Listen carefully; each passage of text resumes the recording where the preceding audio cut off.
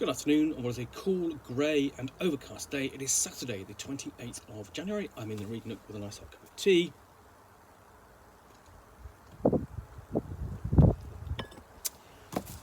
a parcel to continue boxing. This is fairly heavy. What I've got in here, first thing I see is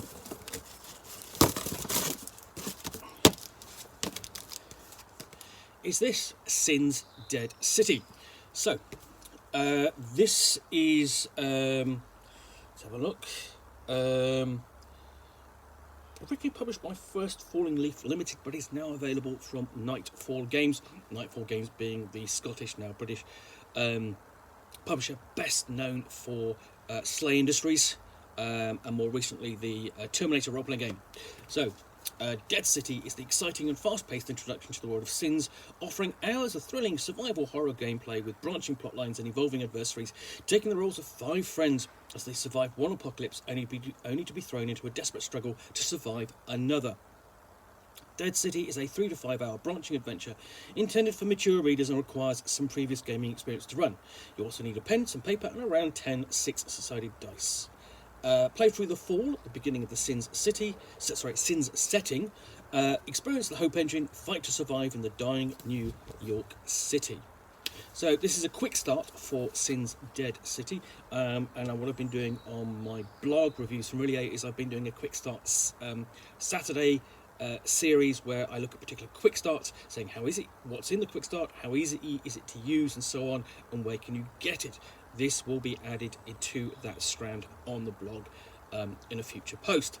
So inside, this is very so very ruddy and grey book, as it were.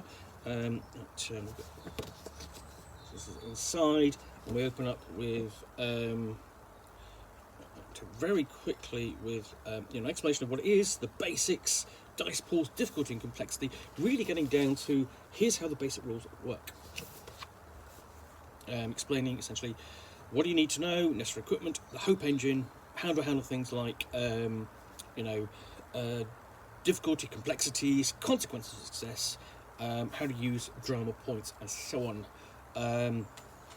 And then we are into the combat rules. So really, within just 3 pages, you are starting on.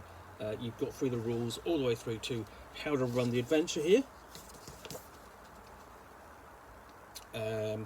So dealing with problems here, character death, quick overview of events, things like that. Box outs for things like movement and combat, running the infected, who are the enemy in the scenario. And then essentially when you get down to the end, putting it all together, essentially, overview of making an action check using the the Hope Engine, and backing it up with a combat example. That's a nice touch, including in a quick start. Look, here's how the rules work. I'm going to tell you, but having an example in there, this is how the rules work. Here I'm going to show you, is always helpful, because it's often a clearer explanation of the rules, in that the reader can visualise what's going on. And then we get into the first of I've got a timeline there. Essentially, the events running up to basically running up to the beginning of the scenario, and then through the scenario itself, before we have the first of the player characters. So got an ex-football player there.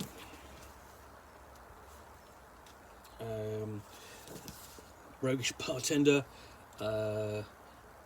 junior police officer,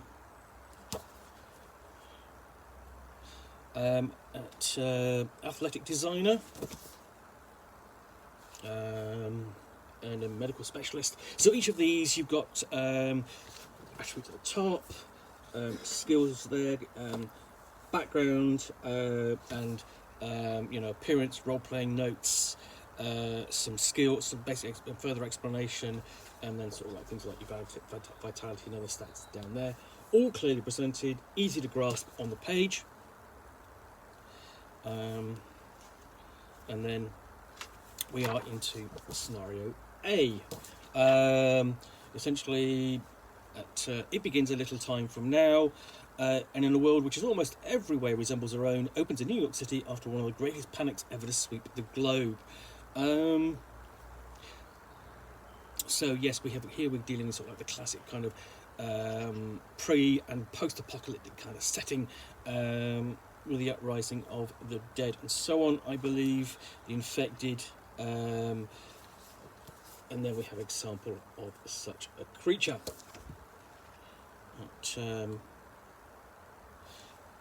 So essentially, the setup is welcome to hell. It's placing the player characters in sort of like a really difficult position, but essentially it is literally giving them a ray of light there, before they make their way through the empty streets.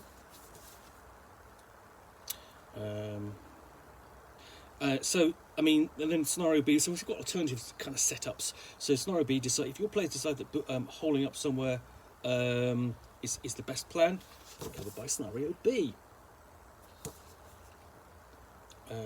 So that's the question. Here we've got dealing with how to get there, getting there, finding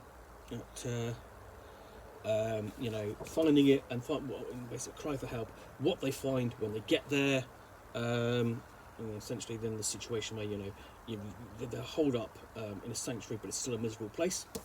So yes, misery loves company. Scenario C. Your players went for authority. Guess how well this went. Essentially, this is them going for help. That's essentially getting to a barricade and dealing with the authorities who are trying to hold back the forces of hell. Scenario D. So your players decided it was time to get out of the city, and then we come to scenario D. The scenario covers the characters' flight through the dying city, but ultimately ends with the characters forced back into the nightmare after they realise the city is under quarantine. So it's a variation of scenario C. So either way, it's really here are the options that your players and their characters might consider in the scenario.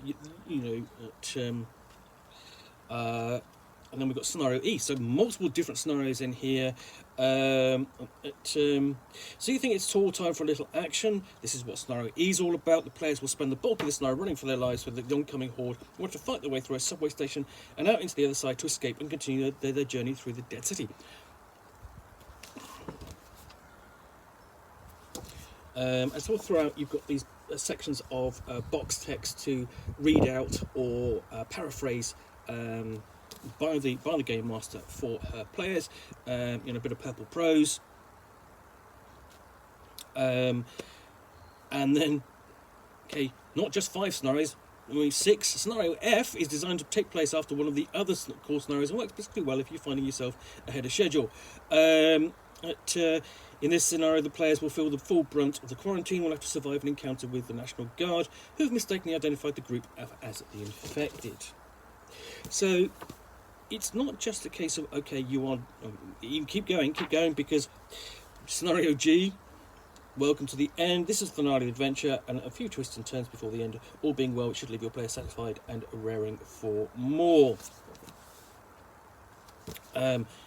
So at this point, so we've got the CDC soldiers facing the player characters there, and hopefully looking for a safe haven, but still, facing monsters. Little box there saying, so what if the dice hate me? What do you do if you've got essentially the player characters get killed? Because that's a possibility. And we've still got the nature of what's going on in the dead city, as hell is unleashed. And then we've got equipment and so on at the end of there. So this is not so much. This is a quick start, but it's more sort of like a scenario kind of tools, essentially, where you slot these things into order depending upon what the player characters do. What they decide to do. Do they go to the authorities? Well, run that particular scenario, and then go to either the sort of like the ones that sort of like 2 at the end, or you can insert others to make the scenario longer or shorter and so on. If there's a bit where they have to traverse across the city, there's a scenario for that. So yeah, it's quite flexible. Should be interesting to look at, and essentially as a quick start for the Bigger Sins book. Anyway, hope you've enjoyed this unboxing in the Nook. If you have, then please do click on the like button down below. And if you've got any comments or feedback, I do appreciate you taking the time to post those. And lastly, if you want to be alerted to get more unboxings in the Nook, where you will see me out here with a box containing a book or game, or in this case a quick start, which I will unbox and chat about to the best extent of my knowledge for roughly 10 minutes or so, all of course accompanied by a nice hot cup of tea. Then please do click on the subscribe button down below. Thanks again for watching another unboxing of the Nook. I'll be back again soon with another one. Bye for now.